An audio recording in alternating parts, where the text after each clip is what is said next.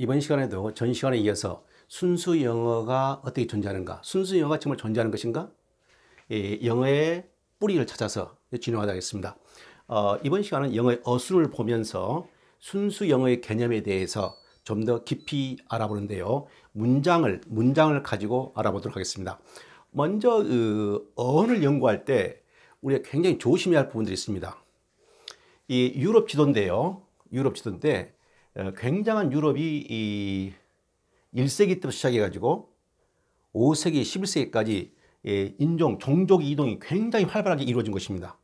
종족이 많이 이동하다 보니까 이동하는 과정에서 그러니까 이전에 있는 종족을 정복하기도 하고 했겠습니다만은 그 이전의 종족과 혼합하기도 하고 인종이 인터메리지, 혼합 결혼 얘기가 될 것이고 또한 그 이전의 문화권과 또 새로운 문화권과 융합하게 되고 그 이전의 언어와 새로운 종족이 유입되어 들어온 종족의 언어와 또 융합하기도 하고 그러다 보니까 굉장히 유사한 언어가 곳곳에서 발견하게 된 것이죠.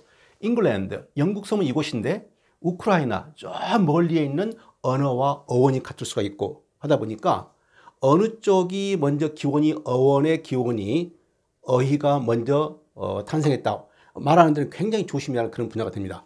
한 예로서 영어에 가가 있게 됩니다. 고대 영어에 가가 있게 되거든요. 고대 영어에 가가 있습니다. 발음이 가 그대로인데요. 가. 고대 영어에 가입니다. 가인데 이 뜻이 to go, come 이 말입니다. 가다 그 말입니다. 가라, 가다. 우리나라에 가다. 그러니까 이 경우는 고대 영어 가가 철자 발음도 같고 우리나라의 철자 발음과 같은 것이죠. 가다. 뜻도 같습니다. 가다. 아주 특이한 경우거든요. 그러면 이게 고대 영어 가가 한국말에서 왔는가? 이런 의구심이 들게 된 것이죠. 그렇지만 이러한 것들은 하나의 뭐니까 우연이라 볼 수 있을까요? 생각할 수 있게 된 것이죠. 저도 확신은 못 하겠습니다만은 우연일 가능성이 많고요. 이러한 것은 이제 하나의 아주 극단적인 예를 가지고 보편화하는 거. 그걸 영어에서 보니까 piecemeal theory 그런 말 하게 되는데요. 굉장히 조심해야 할 부분입니다. 그렇지만 반드시 틀렸다라고 또 하는 데는 또 뭡니까? 많은 의구심이 나오게 되는 것이죠. 왜 그런 거 아니요? 여기에 이제 고트족이 이동을 하게 되는데 이 고트족이 스웨덴 밑독에 있던 고트족이거든요. 이 고트족이 아마도 BC 1세기, AD 1세기 이 무렵에 남하하기 시작합니다. 남하해가지고 이쪽 동고트, 우크라이나 지역까지 가게 되는데요. 우크라이나 지역에 있다가 훈족의 침입으로 인해 가지고 이 고트족이 게르만족 대이동이 시작된 것이죠. 4, 5세기에요. 쭉 그리스를 이동해 가지고 로마를 이동해 가지고 그 다음에 스페인까지 오게 된 것이거든요. 그런데 이 고트족이 원래 정착했던 이 시작이 되었던 이 스페인 남부는 바로 올드 노스하고 연관된 올드 노스 지역이고요. 그러니까 스칸디나비아 지역입니다. 그리고 바이킹 지역이 되거든요. 그러면 이게 나중에 영국의 유입에 들어온 인종과 직결되는 겁니다. 자, 영국은 10세기에 스페인의 이베리안 족족이 들어왔었고요. BC 10세기경이에요. 그다음 BC 5세기에 켈트족이 들어왔고요. 이 지역에 있던 유럽 중원에 있던 켈트족이 들어왔고 로마가 43년에 들어왔고 로마 군단이 43년에 들어오게 되고 그 다음에 5세기에 앵글색슨 주트족들이 영국에 들어오게 되죠.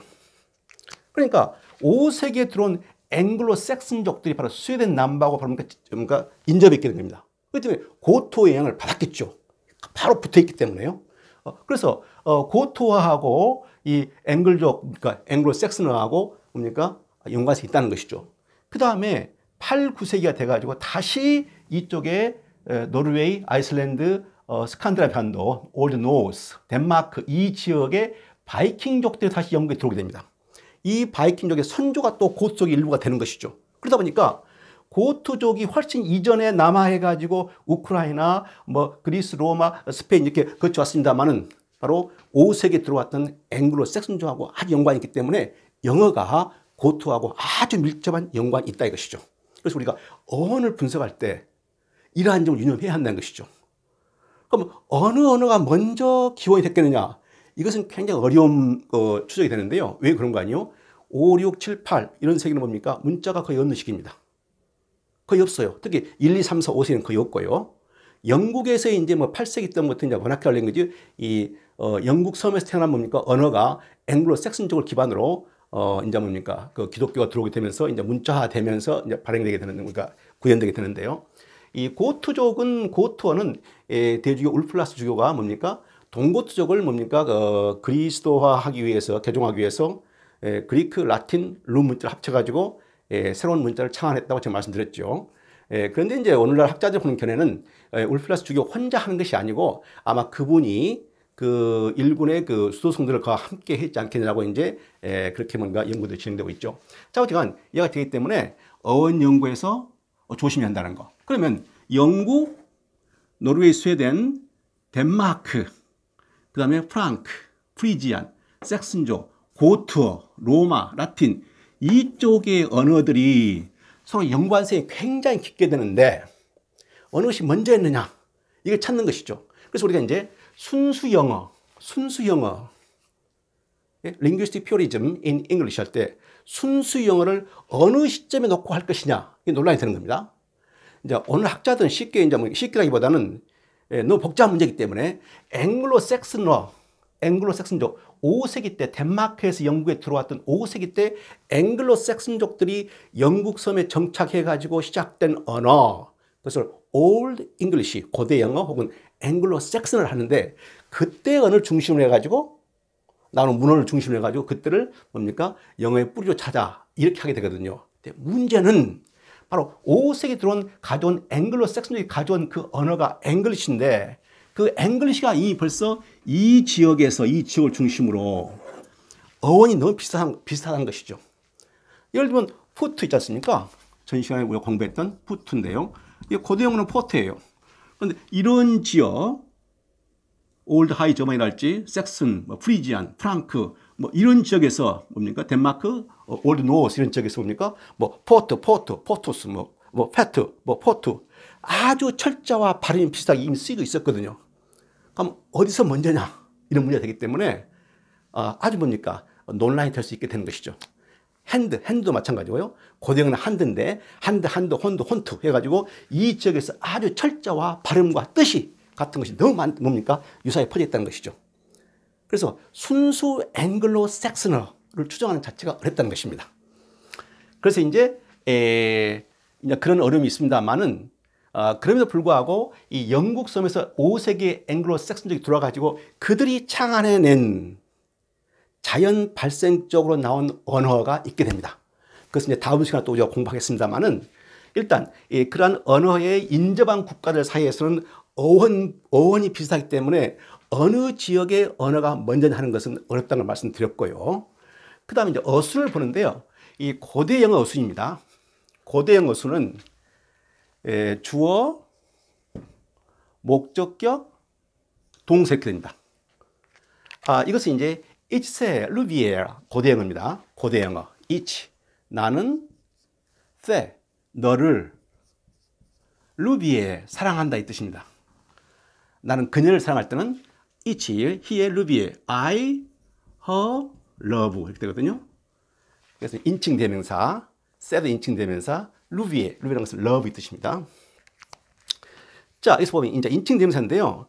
주격이 I인데요. 이치매, 민매, I매, 민매 이렇게 나오죠. I 주격이거든요. 그래서 주격 I예요. 그래서 I, 세라는 것은 U거든요. 수, 세, 신, 세 여기이기 때문에 목적격, 그죠? 목적격 U의 목적격 I, U, 루비에라는 것은 변화가 루비에 1인칭일 때 루비에, 2인칭일 때 루파스트, 3인칭일 때 루파스트 되는데 1인칭이기 때문에 루비에 사랑하다 이렇게 되시죠. 과거는 루브데 이렇게 변하는데요.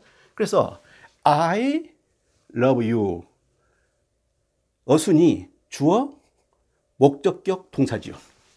고대 영어의 일반적인 패턴입니다. 주어, 목적격, 동사.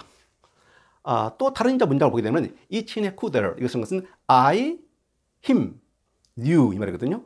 이 쿠드라는 것은 쿤한 동사, know라는 뜻인데 나는 그를 안다. 나는 그를 안다. 이친의 쿠들 역시 뭡니까? 주어, I, 목적격, 그다음에 동사, SOV죠. 이것이 일반적인 패턴입니다. 얘가 있게 되죠. 예를 들어서 이제 그는 나의 말을 들었다 하게 되면은 he, hears mean word. 이렇게 되면 그는 주어, 들었다 동사, 나의 말들을 목적격, SVO, 현대형과 같죠. 그런데 일반적으로 이제 우리가 이제 데이터를 봤을 때 이 주어, 목적격, 동사가 압도적이고 얘가 예외적으로 가끔 뭡니까? 주어, 동사, 목적을 쓰는 경우가 있게 되죠. 그래서 고대 영어 어수는 우리 한국어 어수랑 같다는 것이죠. 특이하죠? 그럼 어떻게 해서 어순이 변했을 것인가? 이것은 굉장히 어려운 문제인데요. 이제 중세에 가가지고는 원래 고대 영어는 8세기, 9세기, 10세기 문자화된 고대 영어. 그 이전에 뭡니까? 말로 된 앵글로 섹슨어도 마찬가지로 이런 패턴을 따랐겠죠. 주어, 목적어, 동사. 중세에 가서는 대부분 이제 뭡니까? 오늘날 쓰는 현대 영어 같이 주어, 동사, 목적으로 변하게 됩니다. 세 키닝, 컴포르테즈, 세 크니크트.